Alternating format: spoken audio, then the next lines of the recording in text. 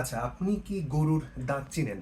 আমি আপনাকে মোটামুটি গ্যারান্টি দিয়ে বলতে পারি, প্রতি বছর কোরবানির ঈদ উপলক্ষে আমরা যারা বছরে একবার গরু কিনতে যাই, আমাদের অধিকাংশ মানুষই কিন্তু গরুর দাঁত চিনেন না। আমি আপনাকে ৩টা ছবি বা ভিডিও দেখাচ্ছি। আপনারা ভালো করে খেয়াল করে দেখুন। এখানের ২টা গরু কিন্তু একেবারে নিশ্চিত বয়স হয়েছে কোরবানি করার মতো, কিন্তু দুঃখজনক বিষয় হচ্ছে একটা গরুর কোরবানি করার মতো বয়স হয়নি, তারপরও সেটাকে হয়তোবা কোরবানি করা হয়েছিল। এখন এই জাতীয় যেন কোনো সমস্যার মধ্যে পড়তে না হয়, তার জন্য আমরা একেবারে হাতে কলমে এবং কাগজে কলমে আপনাদেরকে একেবারে সহজে দেখিয়ে দিব যে গরুর দাঁত আসলে কিভাবে চিনতে হয়। কোরবানি উপযুক্ত গরু আপনারা কিভাবে দাঁত দেখে চিনতে পারবেন। প্রথমে একটা বিষয় আমি আপনাদেরকে বলি, গরুর ক্ষেত্রে যেই দাঁত দেখে আমরা তার বয়স নির্ধারণ করি, তা কিন্তু তার শুধুমাত্র সামনের নিচের চোয়ালে ৮টা দাঁত থাকে। আমি আবারও বলছি, সামনে নিচের চোয়ালে বা নিচের মাড়িতে ৮টা দাঁত থাকে এই বরাবর, যেখান থেকে কিন্তু আমরা গরুর বয়স নির্ধারণ করতে পারি। গরুর উপরের মাড়িতে কিন্তু সামনের ক্ষেত্রে কোনো দাঁত থাকে না। এখন আমরা একটা ছবি আপনাদেরকে একটু দেখাই। আচ্ছা, এখানে যদি একটু ভালো মতো খেয়াল করেন যে গরুর নিচের পাটিতে এরকম ৮টা দুধ দাঁত থাকে। দেখেন দাঁতগুলো কিন্তু ছোট, এগুলো হচ্ছে গরুর দুধ দাঁত। যখন গরুর বয়স ২ বছরের বেশি হয়, তখন তার ২টা স্থায়ী দাঁত তৈরি হয়, যেগুলা থেকে আমরা বলতে পারি যে এই গরুর ২ দাঁত হয়েছে, তার মানে বয়স ২ বছর। সাধারণত দেখা যায় ২ থেকে ২.৫ বছরের মধ্যে গরুর এরকম ২টা বড় দাঁত আসে। যখন গরুর বয়স ২.৫ থেকে ৩ বছরের মধ্যে যায়, ভাই আবার পিছিয়ে যেতে হবে একটু, ভাই মানে এক জায়গায় ফোকাস করে রাখলে এটা মনোটোনাস হয়ে যায় ভাই। ঠিক আছে? আচ্ছা, আচ্ছা, আবার সমস্যা নেই, এটা চলতে থাকুক। আচ্ছা, যখন গরুর বয়স ২.৫ থেকে ৩ বছর হয়ে যায়, তখন তার প্রথমে যে ২টা দুধ দাঁত উঠছিল, তার পাশে কিন্তু আরও ২টা দাঁত জন্মায়। তাহলে গরুর দাঁত সংখ্যা হয়ে যায় ৪। তখন সেই গরুকে আমরা কিন্তু বলছি ৪ দাঁতের গরু।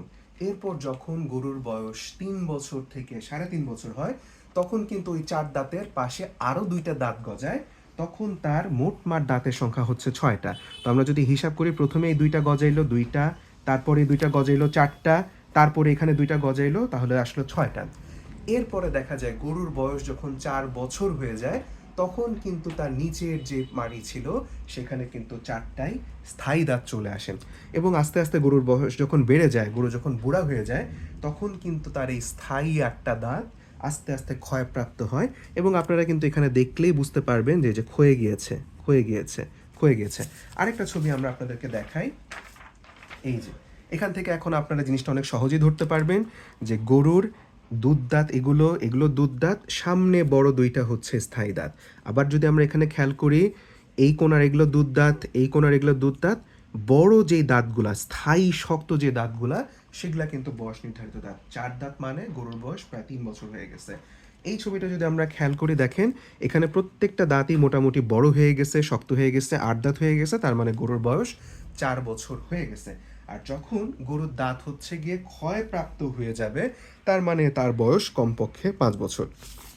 এখন আপনারা এই ছবি দেখে আমাকে একটু বলেন, দেখেন এগুলো সবগুলা দুধ দাঁত, তার মানে বয়স ২ বছরের কম।